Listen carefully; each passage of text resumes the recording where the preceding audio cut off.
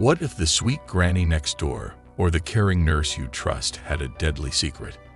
History proves that women, too, can commit chilling crimes that rival the darkest horror movies.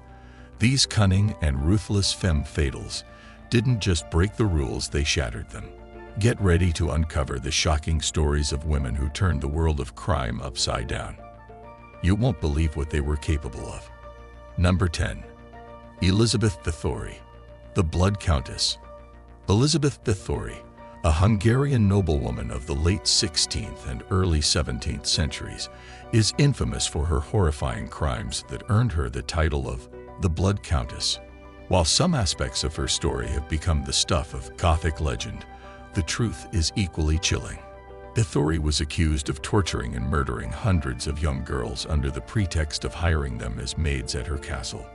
Her most grotesque claim to fame was the belief that bathing in their blood would preserve her youth, a horrifying mix of vanity and brutality. Though accounts of her crimes range from 80 victims to a staggering 650, official investigations confirmed at least 80 murders.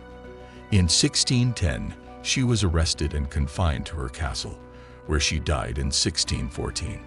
Some argue that the allegations may have been politically motivated to strip her of power, but the evidence, including testimonies and physical remains, paints a horrifying portrait of a woman whose cruelty knew no bounds. Number 9. Rosemary West, House of Horrors. Rosemary West, alongside her husband Fred, created one of the most chilling crime sprees in England during the 1970s and 1980s. Together, they lured vulnerable women, including hitchhikers and runaways, to their home, where they were subjected to unspeakable torture and murder. The couple's crimes extended to their own family, with their daughter Heather among the victims. Rosemary's involvement went beyond being an accomplice. He actively participated in the abuse and killings, showcasing a level of sadism that stunned investigators. Their home in Gloucester, dubbed the House of Horrors, concealed numerous bodies buried in the garden and under the floorboards. Fred committed suicide while awaiting trial, but Rosemary was convicted of 10 murders and sentenced to life imprisonment without parole. Her case is a grim reminder that evil can reside behind seemingly ordinary facades. Number 8. Nanny Doss, the Giggling Granny. Nanny Doss seemed like a sweet, cheerful grandmother, but behind her warm smile lurked a cold-blooded killer. Active from the 1920s to 1954, Doss poisoned 11 family members, including 4 husbands, her own children, her mother, and even a grandson. Her weapon of choice was arsenic, which she often mixed into food or drink. Doss had a knack for playing the victim, using her charm to deflect suspicion while collecting life insurance payouts from her victims. What made her crimes even more chilling was her jovial demeanor. She laughed through her confessions, earning her the nickname, the Giggling Granny. Her actions stemmed from a deep resentment of her abusive childhood and a twisted desire for financial gain. Doss was eventually caught after a doctor became suspicious of one of her husband's deaths. She confessed to her crimes and was sentenced to life imprisonment, dying in 1965 of leukemia. Number 7. Beverly Allett, the Angel of Death. Beverly Allett, a British nurse, broke the sacred trust of her profession in the most horrifying way possible. Between February and April 1991, she murdered 4 children and harmed 9 others under her care at Grantham and Kesteven Hospital in Lincolnshire, using lethal doses of insulin and potassium. Allett caused cardiac arrests in her victims, all of whom were young and vulnerable. What made her crimes even more chilling was her diagnosis of Munchausen syndrome by proxy, a psychological disorder in which a caregiver deliberately harms those in their care to gain attention. Her victims ranged from infants to toddlers, and her ability to evade suspicion for so long highlighted systemic failures in hospital protocols. After being convicted of 13 charges, Allett was sentenced to life in a high-security psychiatric hospital, where she remains to this day. Number 6. Miyuki Ishikawa, the Demon Midwife. In 1940s Japan, Miyuki Ishikawa, a respected midwife, committed crimes that shocked the nation. Tasked with bringing new life into the world, she instead orchestrated the deaths of over 100 infants, making her one of Japan's most prolific serial killers. Ishikawa's rationale for her actions was a twisted form of mercy. She believed she was sparing impoverished families the burden of raising unwanted children. Number 5. Jane Toppan, Jolly Jane. Jane Toppan, a nurse with a dark secret, reveled in the power of life and death. Active in the late 19th and early 20th centuries, Toppan confessed to murdering 31 people, though the true number may be higher.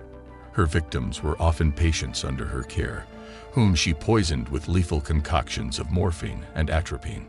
What set Toppan apart was her chilling confession that she derived pleasure from bringing her victims to the brink of death, reviving them, and then killing them again, a macabre dance of control. Known as Jolly Jane for her outwardly friendly demeanor, Toppan's crimes shocked the medical community.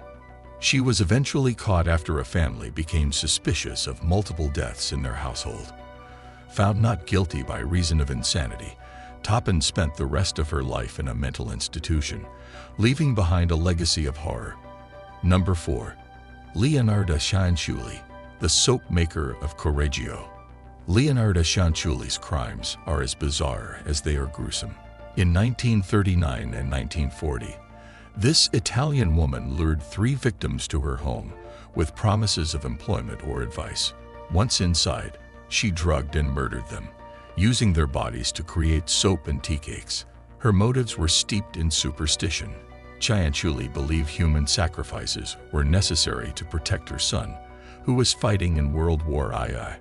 The grim discovery of her crimes came when a relative of one victim reported her missing, leading authorities to Cianciulli's door.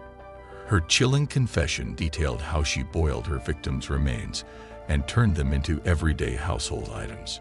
Cianciulli was sentenced to 30 years in prison and 3 years in a criminal asylum, where she died of a cerebral hemorrhage in 1970. Number 3. Dorothea Puente, the Death House Landlady. Dorothea Puente's boarding house in Sacramento, California, seemed like a haven for the elderly and vulnerable. In reality, it was a death trap. Throughout the 1980s, Puente killed at least 7 of her tenants, burying their bodies in her backyard. Her method involved poisoning or drugging her victims to death, then cashing their Social Security checks. Despite her grandmotherly appearance, Puente's actions were driven by greed and a complete disregard for human life. She was eventually caught after a social worker reported a missing tenant, prompting authorities to investigate. The discovery of bodies on her property stunned the nation. Convicted of 3 murders, Puente was sentenced to life imprisonment. Her case serves as a stark reminder of how appearances can be deceiving. Number 2. Juana Barraza, the Lucha Libre Killer. Juana Barraza, a former professional wrestler in Mexico, turned her strength and cunning into tools of terror. Dubbed La Matavijitas, or the Little Old Lady Killer, Barraza targeted elderly women in Mexico City during the late 1990s and early 2000s. Posing as a government official or a helpful neighbor, she gained access to her victims' homes, where she strangled them with items like cords or her bare hands. Barraza's hatred for her abusive mother is believed to have fueled her crimes, making them both personal and horrific. Arrested in 2006, she was convicted of 16 murders, but is suspected of killing up to 40 women. Number 1. Aileen Wuornos, the Highway Huntress.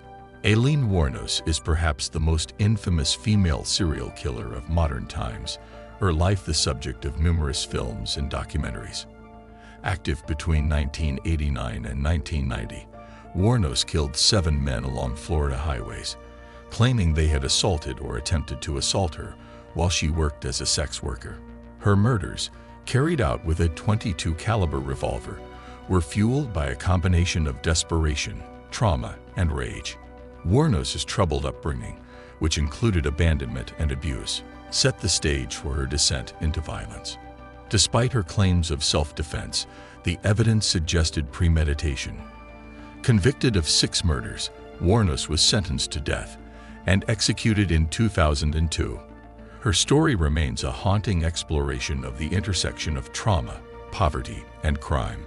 If you found this dive into the dark and twisted world of history's most infamous women as fascinating as we did, don't forget to hit that like button.